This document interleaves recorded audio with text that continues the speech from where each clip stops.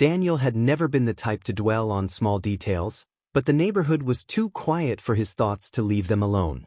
The cul-de-sac where he had chosen to settle was the kind that promised anonymity, a place where people drove into garages that shut like mouths and disappeared into homes that all looked the same. Safety was implied by repetition. Every lawn was trimmed, every hedge symmetrical, every house a carbon copy of the next, as if sameness itself could keep danger away. When Daniel first moved in, the house across the street was empty.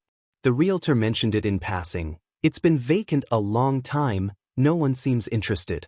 The words were casual, but the smile that followed was stiff, unnatural, as though rehearsed too often. Daniel didn't think much of it at the time. Empty houses were everywhere.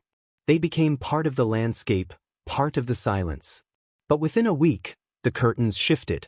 Heavy, gray fabric, pulled tight across the upstairs window, moved just slightly as if someone behind them had stepped away too quickly. He told himself it was nothing, a draft maybe, or the illusion of movement in his tired eyes. But later that night, when he went outside to smoke, the glow of his lighter revealed something. A shape in the window. Tall, thin, perfectly still. Watching. It was the stillness that unsettled him most. People shifted, breathed, leaned. This figure didn't. Its outline was sharp enough to notice, yet the details blurred the longer he tried to focus, as if his brain refused to complete the picture. A man maybe, but faceless. Or perhaps too defined in ways that made no sense. He turned away, heart racing, and went back inside. The next morning, the house looked empty again. Curtains sealed tight, no car in the driveway, no sign of life. Daniel tried to laugh it off. First week in a new place, nerves always creep in. But when he stepped out of his car that evening, grocery bags cutting into his hands, the figure was in the yard. It didn't move. It didn't acknowledge him. It simply stood, directly in front of the house, facing Daniel. For a moment he couldn't breathe. He clutched the paper bags until his knuckles ached, eyes fixed on the shape across the street. His mind begged for detail, the line of a jaw, the color of hair, the curve of a shadow, but nothing came. It was like staring at a hole in reality shaped roughly like a man. He blinked and it was gone. That was the first night he locked every door twice. The noises came next. At first, they were the kind he could excuse. A creak on the porch, the whisper of wind dragging across the siding. But then came the hum. Low, vibrating, too steady to be natural. It pressed against the glass, filled the rooms, sank into his chest. It sounded like breath stretched into something inhumanly long, a slow exhale that went on and on.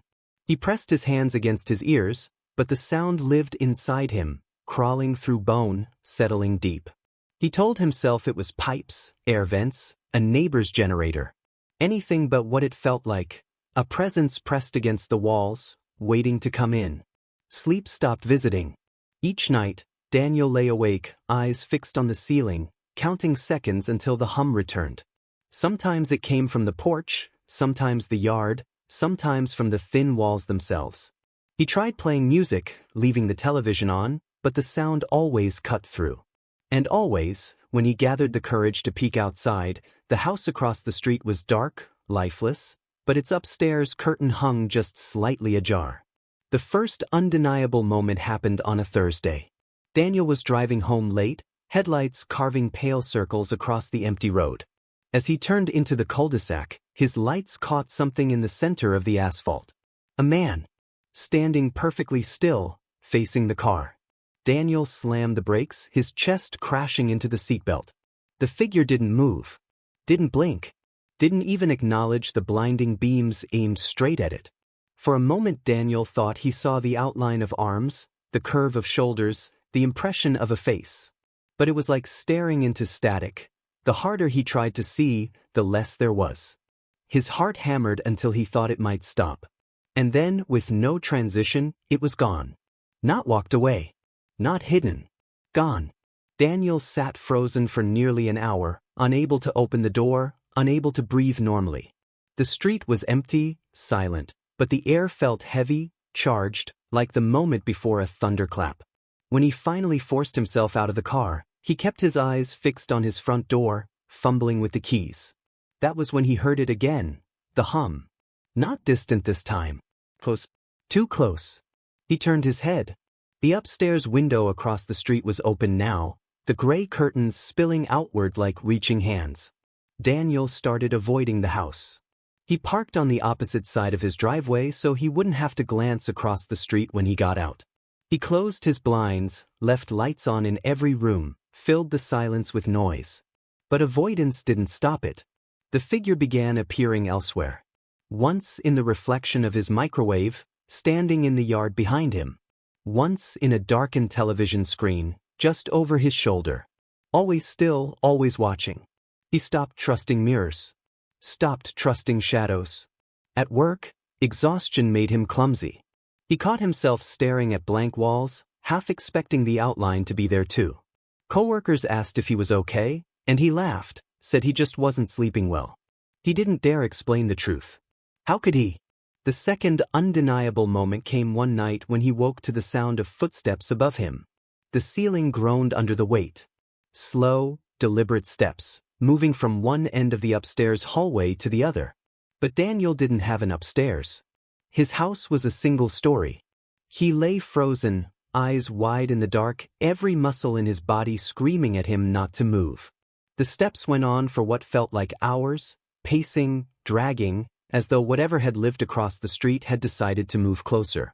Finally, silence. But Daniel knew silence meant nothing anymore. The city didn't help.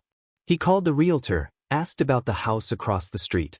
She hesitated, then said it had been empty for over a decade. No one had ever lived there since the last sale fell through. No one came or went. The utilities were off. Are you sure? Daniel pressed. Her pause was too long. Yes, of course. But when he hung up, he couldn't shake the memory of her voice, how it wavered, how it carried something almost like fear. Daniel began to realize the truth. The house wasn't empty. It had never been empty. And the thing inside it, the thing shaped like a neighbor, had noticed him. The nights became unbearable. Daniel had always liked the quiet before. Silence meant peace, order, the safety of knowing nothing stirred outside his walls. But now silence was a threat. It pressed against his skin, hollow and endless, daring him to listen more closely. In silence, he could hear it, the hum that stretched on, vibrating beneath the floorboards, coiling inside his chest until he felt he might choke on it. At first, it came only when he looked across the street. But now it followed him into every room. Even the shower was no refuge. The spray of water muffled it only slightly, but if he leaned back, closed his eyes, and let his ears drift open, it was there, the sound of someone's breath, impossibly long, impossibly close, rising and falling with his own heartbeat. One night he tried sleeping with headphones on. He played music at full volume, tracks that once comforted him. But midway through the night he woke with a start, sweat dripping down his temples. The music was still playing, loud enough to rattle, yet beneath it, unmistakable, was the hum. It threaded through the melody, filling the gaps, twisting between notes like it belonged there. Daniel tore the headphones out, hurled them across the room, and sat in the dark, shaking. He realized then, the sound wasn't in the air. It wasn't something he could block. It lived in his head now. He started seeing it during the day. The first time he was brushing his teeth. He leaned down, spat, rinsed, and when he looked back up, the reflection wasn't his. For a split second, the figure stood where he should have been, tall and pale, featureless but undeniable. Its head tilted slightly as though studying him. The toothbrush fell from his hand and clattered against the sink. When he blinked, his own face stared back, but his skin crawled as if the mirror still held a memory it wasn't supposed to. Another time, he glimpsed it in his office window at work. Not outside, inside.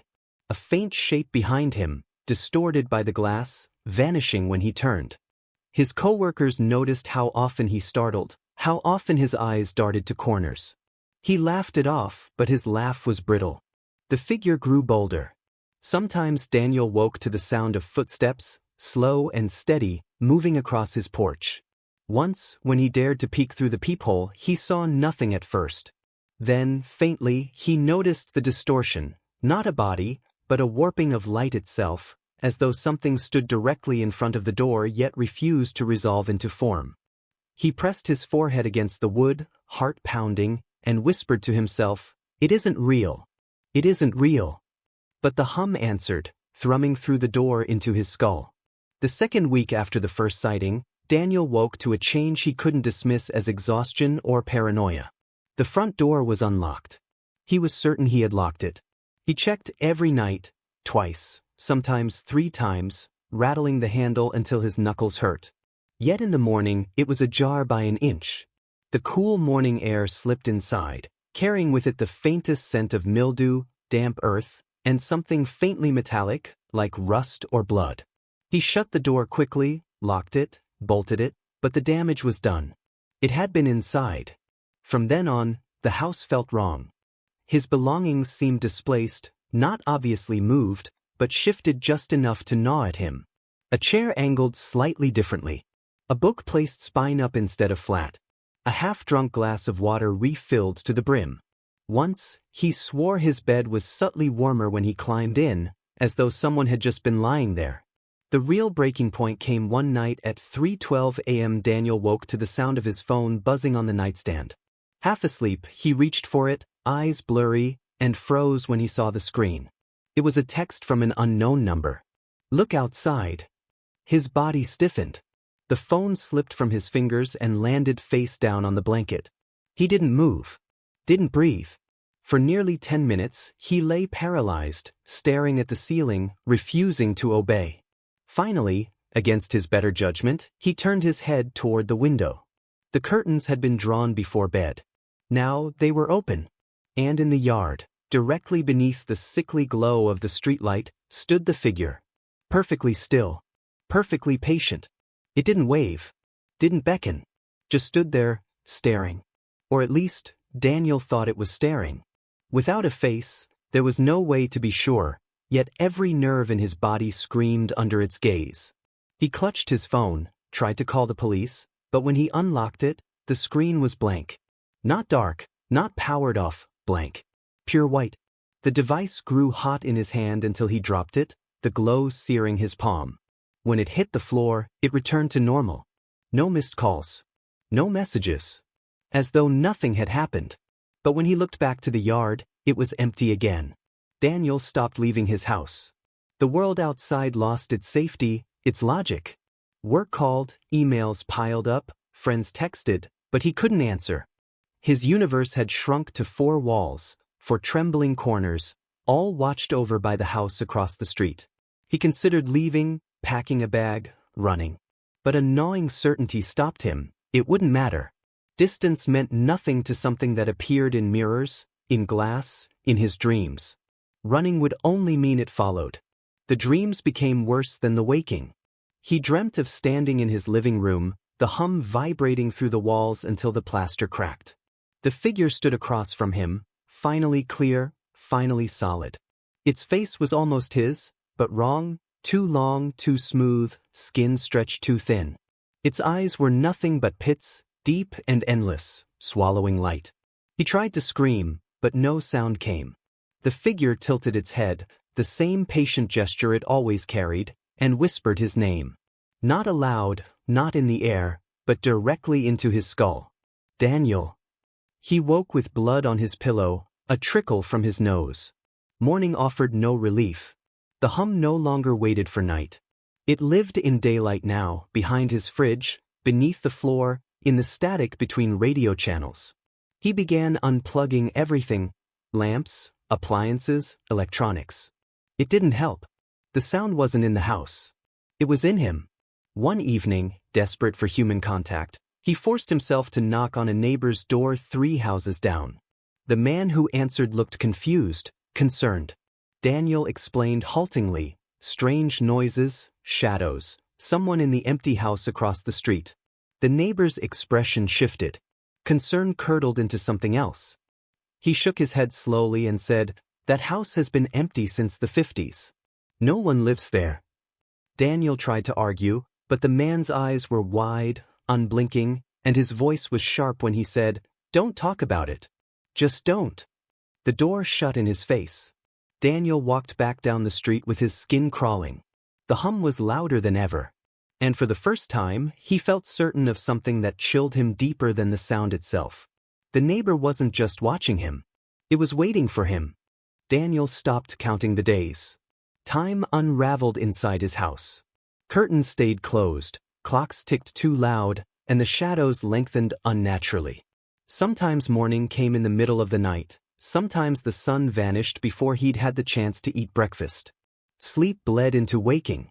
Dreams dissolved into the present. Through it all, the hum persisted. It had grown deeper now, a low vibration that pressed at the base of his skull. At times, it grew so loud he thought the windows might shatter, but nothing broke. Nothing ever broke. Instead, the sound settled into his bones, humming through his marrow like he had become an instrument for something else to play. The house across the street remained silent. Too silent. Daniel hadn't seen the figure outside for nearly a week. At first, he thought this meant it was gone. But the hum grew stronger, more insistent, and he realized it wasn't gone. It was closer. The first undeniable intrusion came at night. Daniel had fallen asleep in the living room, the TV flickering on mute. At 2:47 a.m., he woke to the sound of glass cracking. His eyes flew to the window. A jagged line split across the pane, spreading like a spiderweb. He sat up, heart hammering. No stone. No branch. Just the crack itself, blooming outward as if from pressure inside. The hum surged, rattling his teeth. And then he saw it. A shape on the other side of the glass. Not outside. It was inside the pane, trapped between worlds. Its body stretched unnaturally, limbs too long, head bending to press close against the fragile barrier. Daniel scrambled back, tripping over the coffee table.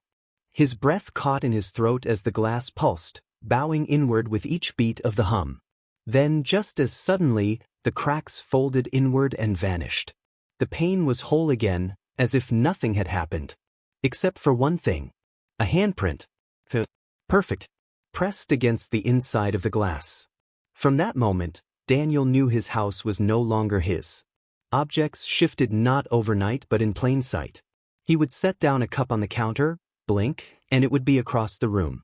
Once, he returned from the bathroom to find every drawer in his kitchen pulled open, utensils arranged neatly in spirals across the floor. He tried to tell himself he was hallucinating. Stress, sleep deprivation, anything but the truth. But then came the smell. The air grew heavy with it, damp soil, rust, rot. It clung to his hair, to his clothes, until he gagged on it. No matter how many times he showered, the stench returned. One night, he woke with dirt beneath his fingernails. He hadn't left the house in days. The whispers began soon after. At first, faint and fragmented, like words carried through walls. He pressed his ear to the floor, the ceiling, the vents, but the source was everywhere at once. Sometimes it was his name. Sometimes it was laughter. Sometimes it was a low murmur that made no sense, a language he couldn't understand yet somehow felt familiar, like he should know it but had forgotten long ago. The worst was when the whispers imitated his own voice. One night, lying in bed, he heard it clearly from the hallway. "Daniel, come here." The words were flat, but they were his words. His tone. His rhythm. He didn't move. Didn't answer. The hum grew sharp, insistent, and the whisper repeated, this time right outside his bedroom door. "Daniel, come here." He clamped his hands over his ears, trembling, whispering over and over, "You're not real. You're not real." The door handle turned. Slowly. And then stopped. By the third week, Daniel had barricaded himself in the bedroom. He dragged furniture against the door, sealed the windows with duct tape, unplugged every electronic. His world shrank to one dimly lit room, for walls closing tighter each night. But the thing didn't need doors. One evening, as he sat curled on the floor, he saw movement in the corner of his eye. He turned and his stomach lurched. The wall was breathing. Subtle at first, then undeniable. The paint stretched inward and outward, as if lungs expanded beneath the plaster. Each inhale matched the rhythm of the hum. He stumbled backward, pressing against the far wall, eyes locked on the undulating surface. A crack split across it, thin at first, then widening. From the darkness inside, Two pale hands pushed through, grasping, stretching, clawing. Daniel screamed, but no sound left his mouth. The hands twitched, searching blindly, before retracting. The wall sealed itself, leaving no trace but a faint stain that looked disturbingly like blood. Sleep became impossible. Whenever he closed his eyes, he felt weight pressing down on his chest. He opened them once to see a figure crouched over him, its face inches from his own. Featureless but watching. Always watching. When he turned on the light, the room was empty. But the pillow beneath his head was still warm. Daniel tried reaching out again. He called his parents, his sister, even his boss. The phone rang, sometimes even connected, but the voices on the other end weren't theirs. "Hello," he whispered once, desperate. The pause. Then his mother's voice, soft, warm. "Daniel? We miss you." His heart lifted, tears stinging his eyes. "Mom, something's happening, I don't." The voice cut him off. It dropped lower, cracked, and whispered, "Look outside." The line went dead. The figure didn't stay outside anymore. He caught glimpses of it inside the house, reflected in the TV screen, lingering at the edge of mirrors, standing motionless in doorways he swore he'd shut. It never moved when he looked directly at it, but each time he blinked, it was closer. Once, he opened his eyes to find it crouched at the foot of his bed. His breath seized, his body frozen. The hum filled the room so violently the lamp on his nightstand shattered. When the glass stopped raining down, the figure was gone. But the blanket bore an imprint. A weight. The clear depression of knees where something had been kneeling. Daniel no longer doubted. The neighbor wasn't outside. It wasn't watching from across the street. It was in his house. It was in his head. It was waiting. Daniel no longer recognized his house. Walls bent at angles that made no sense, doors opened into the wrong rooms, and mirrors reflected things that weren't there. The once familiar layout warped into a labyrinth of shifting hallways. Sometimes his bedroom door led to the kitchen. Sometimes it opened to nothing at all, just a black expanse where air should be. The hum never stopped. It had grown into a constant vibration, filling not only the walls but his very body. His pulse no longer belonged to him. It beat in rhythm with the sound. Food had long since disappeared. He couldn't remember the last proper meal he'd eaten. Whenever he tried to open the fridge, it was empty, save for one thing: raw meat. Piled high, glistening, still dripping. He had no memory of buying it. He had no idea what it had once belonged to. The smell made him gag. Yet, more than once, he found himself staring at it with a hunger that frightened him. He slammed the door each time, whispering through clenched teeth, "It's not food. It's not food." But the hunger grew. The nights were worse. Sometimes he would wake to find himself standing in the hallway, barefoot, fingernails black with dirt. His hands shook as he tried to remember walking there, but he never could. Once, he woke on the porch with the front door locked behind him. The street was silent, the empty house across from his own watching like a blackened eye. For a moment, he thought he heard laughter coming from it, his own laughter. He clawed at the door until his hands bled. When it finally opened, he stumbled inside only to find his living room walls covered in writing. Every surface, every inch, scrawled in his own handwriting. "Let me in. Let me in. Let me in." The marker still trembled in his grip. He didn't remember picking it up. Sleep deprivation bled into hallucination, but Daniel could no longer tell which was which. The figure appeared everywhere now. Not just fleeting glimpses. Full, clear, undeniable. He would open his eyes and see it crouched in the corner, folded into itself, pale skin stretched too thin over impossible bones. Its head tilted sharply when he noticed, and though it had no face, he felt its focus. Other times, it would stand directly in the hallway, blocking the path. It never moved when he approached, only vanished when he blinked. But each time it disappeared, the hum grew sharper, stabbing as though punishing him for looking. He began to dread his own sight. The voices returned. At first, one at a time. His father. His sister. People who should not have been there. Each voice soft, coaxing, beckoning him toward the dark corners of the house. Then came the chorus. Dozens at once, layered, speaking over one another. Pleas, threats, prayers, songs. All fragments of lives swallowed whole. He pressed his palms to his ears, screamed for silence, but the voices lived inside his skull. Sometimes they argued with each other. Sometimes they argued with him. Sometimes, most terrifying of all, they argued in his own voice. He tried escape again. One gray morning, he threw open the front door, bolted into the street. His lungs burned, legs pumping as he sprinted block after block. But no matter how far he ran, the neighborhood never changed. The same cracked sidewalks. The same leaning lampposts. The same abandoned houses. He screamed into the silence, his throat raw, but not a single curtain twitched. Not a single bird stirred. Finally, he collapsed, trembling in front of his own house. He hadn't gone anywhere. That night, the figure entered. Not the glimpses, not the reflections, not the shadows. It stepped into the room, fully, completely. Daniel sat frozen on the couch as it emerged from the hallway. Its body stretched unnaturally, shoulders brushing the walls, limbs bending backward in ways that snapped and cracked like broken wood.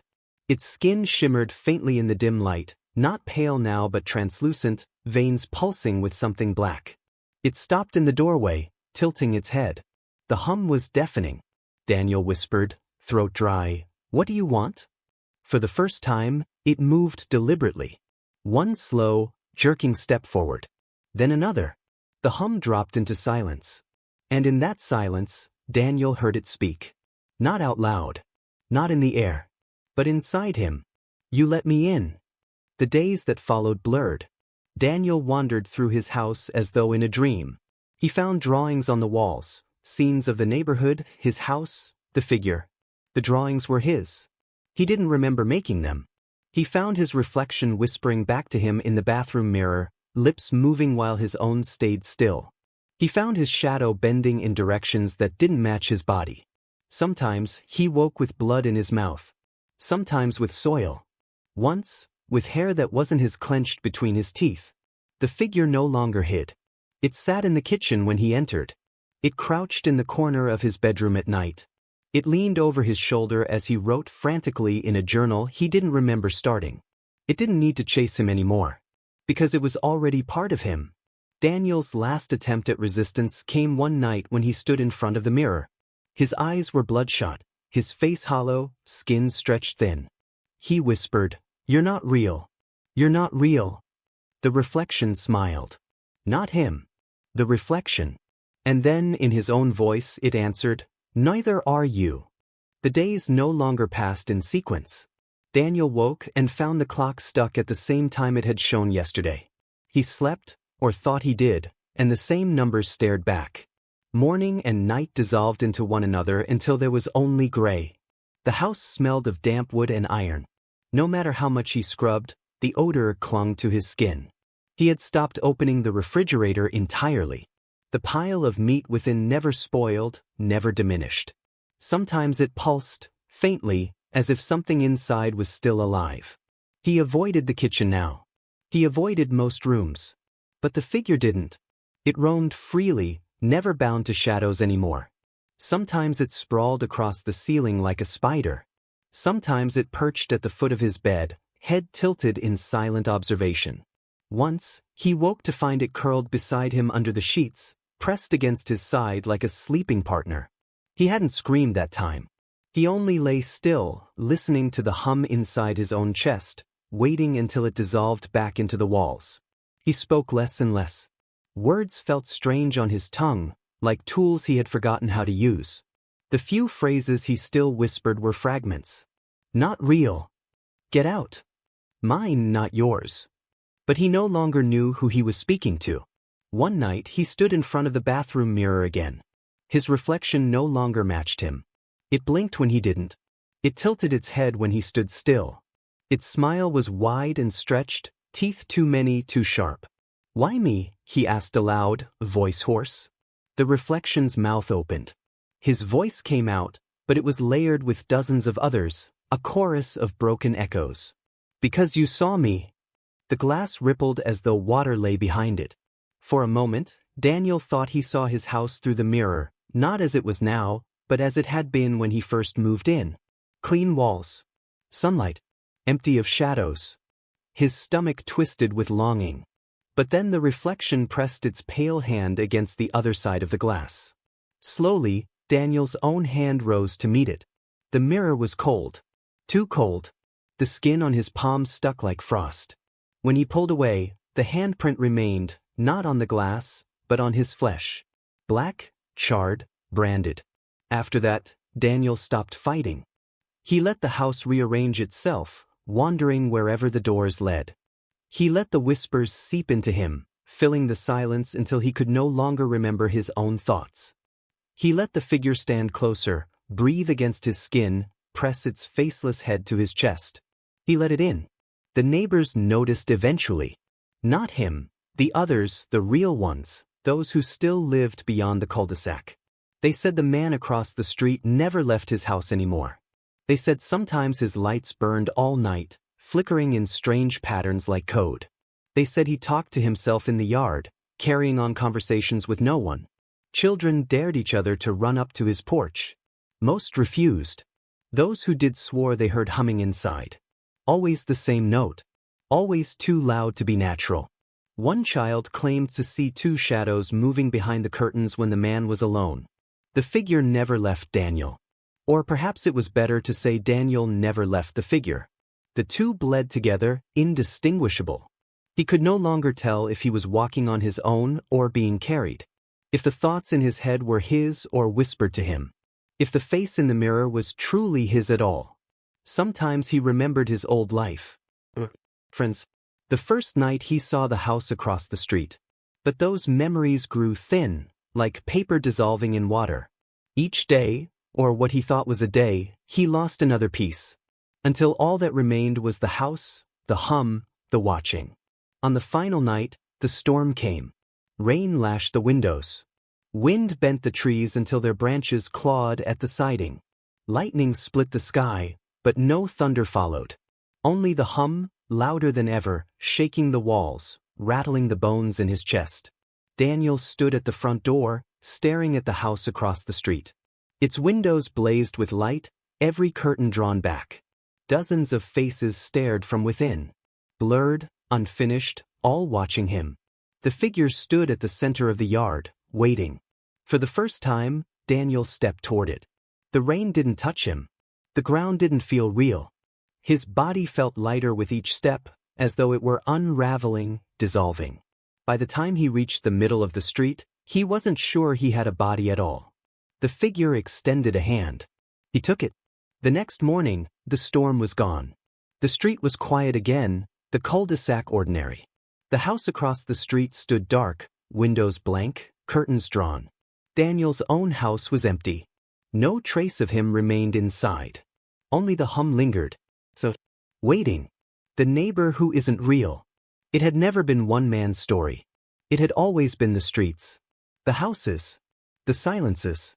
And now it was Daniel's too. Or rather, what was left of him.